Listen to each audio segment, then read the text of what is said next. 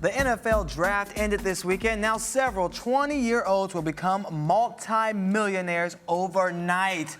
So, what do they do with all that money? Oh, I don't know. A lot of them lose it. Well, yeah. We're here with the secrets, though, on how the rich stay rich is founder and managing member of Madison Financial Group, Horace Madison. Welcome to the show. Thank you. Welcome. All right, you're going to teach us how to keep our money today, aren't you? I'm going to at least try and get you started. Well, you've like done it that. for a lot of high-profile people. Tell us about some of your celebrity clients. Well, I mean, it's never boring. It's always interesting. And a lot of times it's frustrating because, as you said, you know, with the NFL players, athletes, entertainers, they have kind of a gift and a curse. They have the gift that they're blessed with this ability, whether it's to perform on the field, perform on a stage, whatever the case may be. But then they have the curse of being responsible for all this money, this newfound money.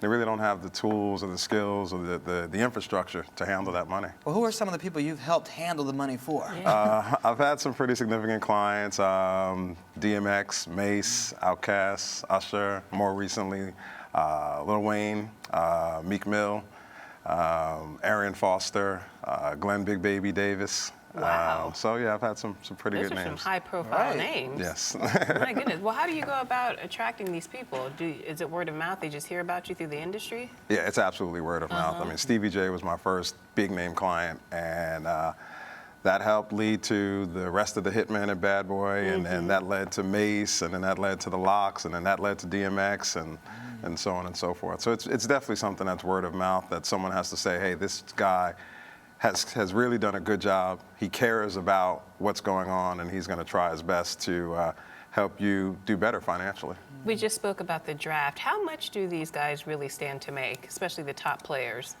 Well, it's interesting because the NFL is probably the worst example in that the contracts aren't guaranteed. Oh. So other than their signing bonus, NFL players, and understand, really only the first-round picks get any real money. And even a lot of people talked about the fall of Johnny Manziel.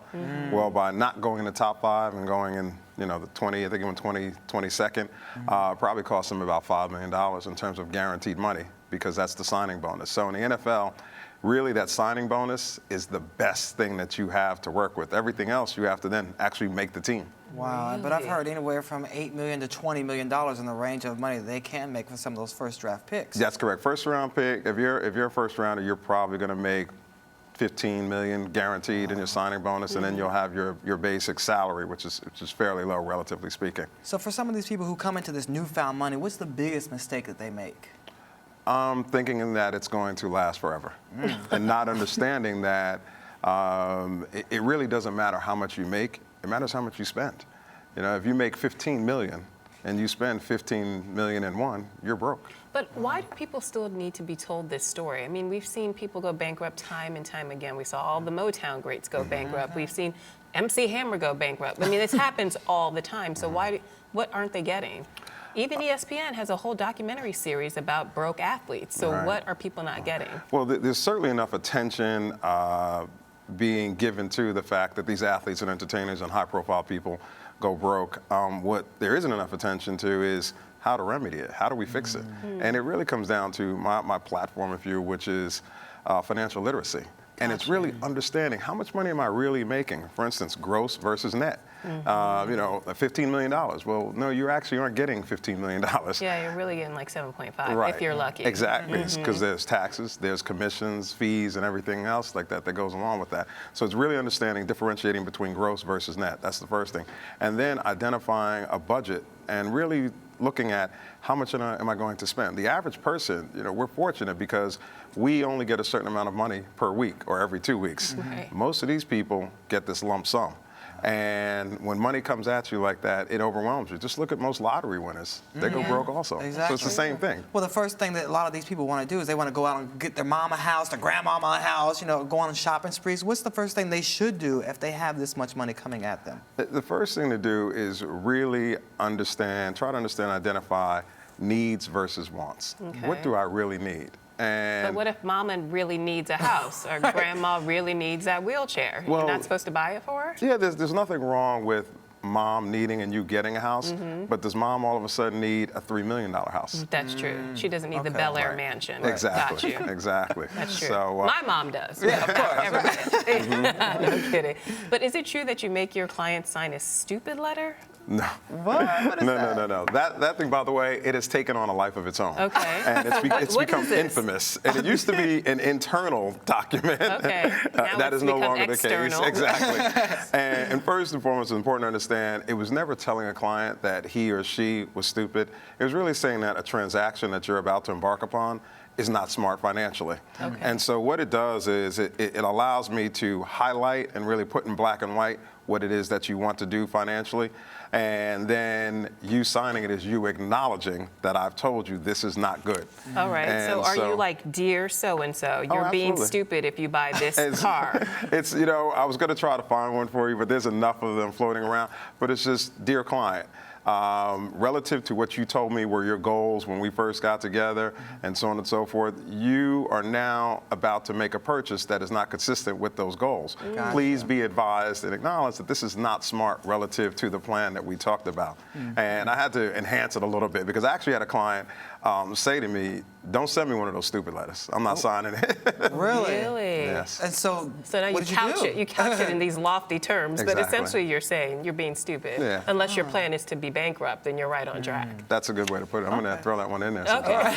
If your plan is to be bankrupt, well, then you're following the plan very well. But regardless of Well, this, I want 10%. I There know you what go. to do She with my helped. money. There you Okay, Horace. I need my money. Noted. well, regardless if they're stupid or not, a lot of celebrities, stars, people that come into this money, they find themselves in trouble with the IRS. yes. How can you keep them from knocking at your door?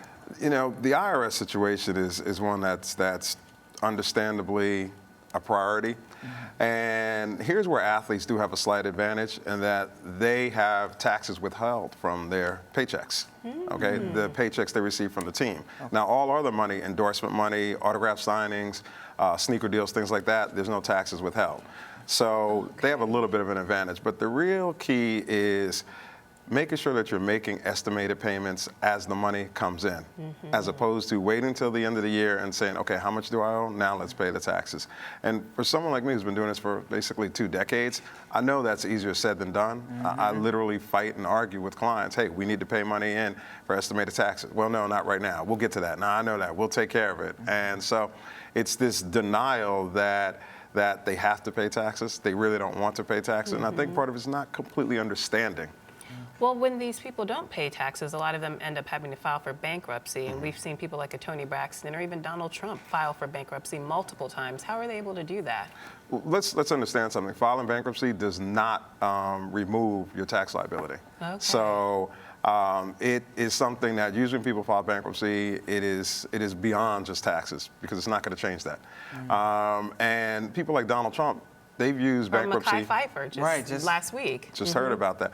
A guy like Donald Trump did it strategically, okay? And so he knew what he was doing. And Mekhi Phifer did not do it strategically. no, and they Yeah. probably established bad spending habits, and it finally just got to the point it got caught up where his liabilities outweighed his assets, and perceivable future income just didn't seem substantial enough. And also remember, if you go back to like Tony Braxton, I think it was TLC, some of those people have used bankruptcy to get out of contracts.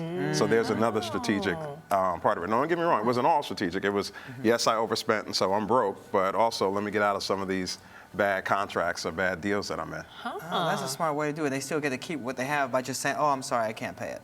Right, well, you have to disclose everything and all contracts get voided, and then you're kind of starting over. Right. But at least you started from zero as So you opposed to started negative. clean instead of getting Correct. right. Okay, so regardless of how much money our viewers has, what's the most important lesson we need to take away from you today about managing our money?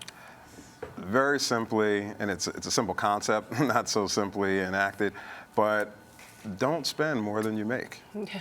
Don't spend Understanding what you really make. Just because you have a $40,000 job does not mean you can spend $40,000. Right. Just because you have a $4 million contract doesn't mean you can spend $4 million.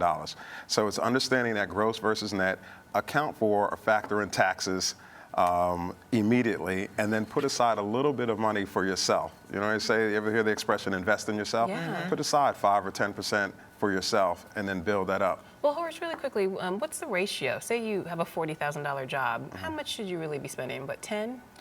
15? It's hard to say because it depends on, are you married? Do you have children? And so on and so forth. But I will say this, you should be putting away 10% for yourself, for savings, investment. And a really good sort of model to enact is have 3 to 6 months emergency money set aside. They always say that. You know how hard that is. It is. But 3 to if you 6 start, months. there's no Start time limit. somewhere. Right, there's no time limit as to when you have to have that in place. Nobody says you have to have it in 3 to 6 months, but start saving so that you have a 3 to 6 month emergency cash reserve. If it takes you 2 years, it takes you 3 years, but definitely start working on that. All right. I like Start that. working on it. I'm going to start today. All There you go. right. Thank you Horace, so thank much. you for being here. Thank Come you again guys for having soon. me. There's going to be another bankrupt celebrity, tragically.